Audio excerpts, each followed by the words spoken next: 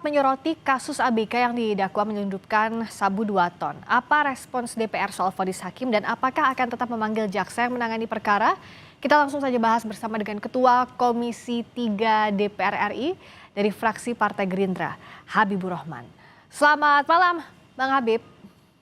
Iya, assalamualaikum, selamat malam. Waalaikumsalam warahmatullahi wabarakatuh.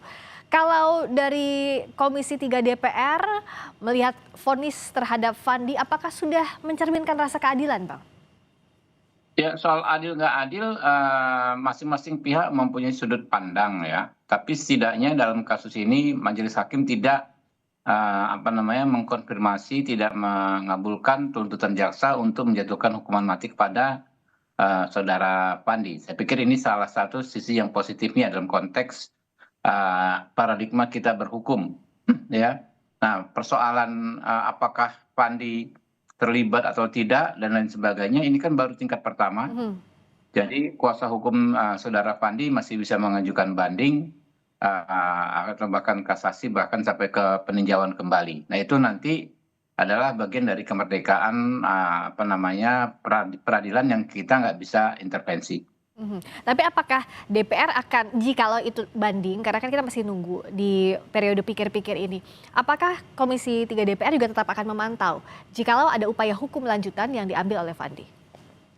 Ya tentu ya, kita tetap akan memantau bagaimana hukum kita terutama dalam hal ini adalah KUHP dan KUHAP baru menjadi panduan bagi para penegak hukum ya. Kita dalam vonis tadi kan kita melihat bagaimana diterapkan pasal 54 KUHP soal pedoman pemidanaan Mhm. ya. Nah, nanti berikutnya kita mau lihat ya, kita mau lihat bagaimana proses selanjutnya. Kita dan agenda pemanggilan Pakar Kajari, kemudian penyidiknya juga ya. Ya. Dalam perkara ini kami agendakan di hari Rabu yang akan datang. Oh, oke. Jadi meskipun sudah ada vonis, tapi rekomendasi dari RDP terakhir itu untuk memanggil Kepala Kejaksaan Negeri, juga penyidik dari BNN tetap akan Ya, dilakukan ya, Bang Habib? tetap akan kita lakukan karena kan kita pengen sebetulnya ini kan mendorong penegak hukum menjalankan tugasnya secara maksimal mengungkap kasus ini dengan benar ya, dengan maksimal. Pelaku utama siapa, apa perannya ya. Dalam kasus ini kan yang diinformasikan kami masih ada pihak-pihak yang belum ditangkap ya. Ah. Nah, seperti apa gitu loh. Jadi pembagian peran dalam perkara ini seperti apa? Apakah Pandi benar tahu atau tidak tahu kan kita juga pengen cek lagi ya Ya. keterangan dari dua pihak tersebut. Kalau Bang Habib melihat, ya kalau vonis kan sudah pasti itu keputusan mutlak dari majelis hakim. Tapi, Iya. yang dilakukan oleh Komisi 3 dengan bertemu Fandi, apakah ini juga jadi jalan salah satunya menuju ke vonis 5 tahun yang ditetapkan hari ini? Ya, kita bersyukur ya, aparat penegak hukum secara keseluruhan bisa memahami kerja DPR. Saya tadi berkomunikasi juga dengan petinggi Kejaksaan Agung bahwa jaksa tersebut sudah dikenakan teguran ya, Heeh. dalam perkara ini ya. Dan ini kan akan menjadi bekal juga bagi kami untuk mendalami pada pertemuan berikutnya.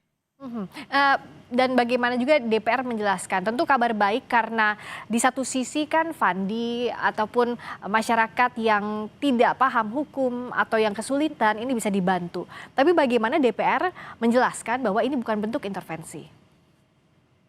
Ya, ada dua dimensi yang berbeda, tapi mungkin tujuannya sama ya, ingin sama-sama menjadikan hukum sebagai alat, pemberi keadilan kepada masyarakat. Kalau kami kan dalam konteks pengawasan konstitusi dan dalam konteks, legislatif kami sebagai pembuat undang-undang, pembentuk undang-undang.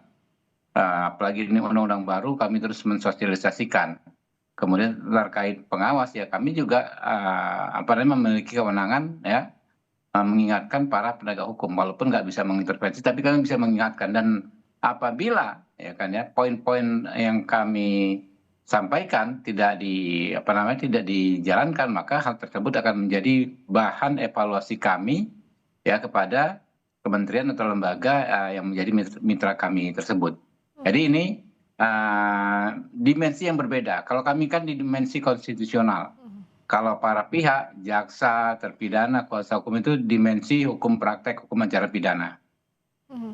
Dan bicara soal kasus Fandi ini, saya yakin yang meminta bertemu dengan Komisi 3 DPR itu banyak sekali, jumlahnya bisa ratusan, ribuan bahkan. Tapi kenapa atensi diberikan untuk kasusnya Fandi, Bang Habib?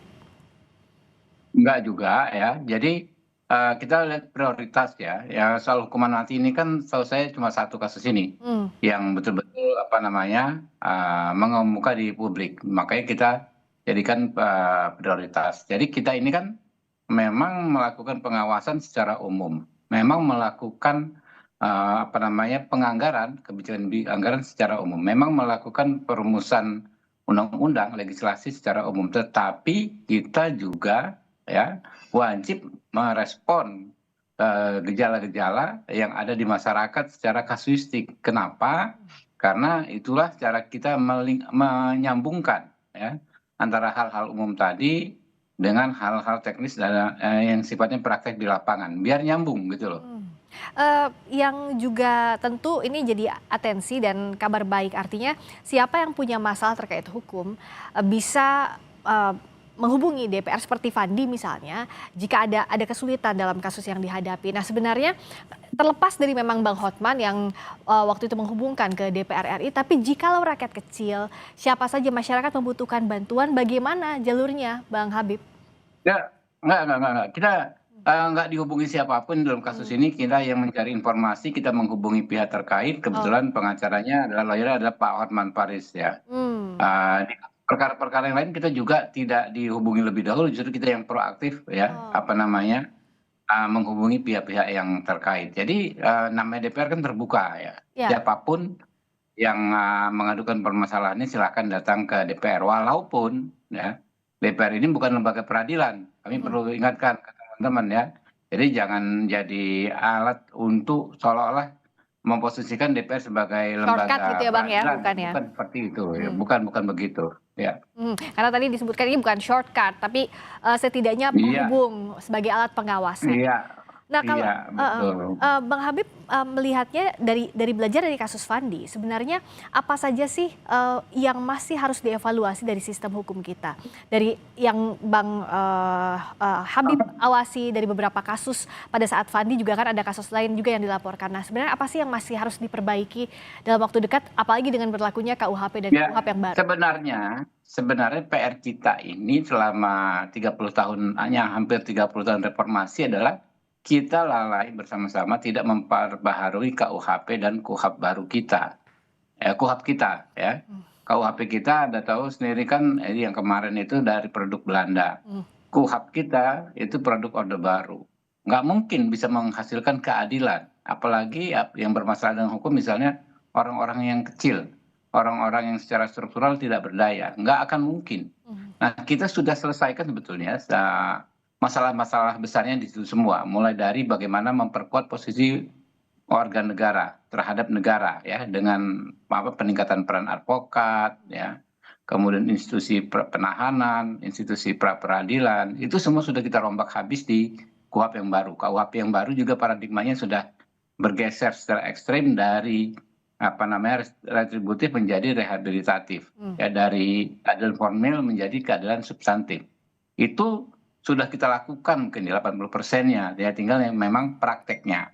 Prakteknya saya monitor ya, sudah banyak teman-teman aparat penegak hukum yang memaksimalkan ya aturan-aturan baru dalam KUHP dan KUHP baru. Kita contoh misalnya di Aceh, di Sumatera Selatan sudah banyak pengadilan yang memberikan putusan permaafan. ya, Ya, kalau Anda kemarin ada putusan misalnya pidana pengawasan yang ya, di apa namanya di aktivis itu ya, ya, influencer itu yang perempuan mhm, itu juga produk di KUHP dan KUHP yang baru. mmm. Nah, jadi sudah banyak, tetapi memang masih ada yang belum memahami dan belum mempedomani secara maksimal KUHP dan KUHP baru Mhm, ya. Nah, ini yang terus akan kita ingatkan. ya. Eee, Kembali lagi terakhir untuk kasus Fandi, apa yang ingin ditegaskan DPR dari nanti saat memanggil jaksa pada Rabu dan juga Iya, ya bagaimana DPR untuk memantau, perjalanan kasus Fandi ke depannya jika ada upaya hukum lanjutan? Silakan Bang.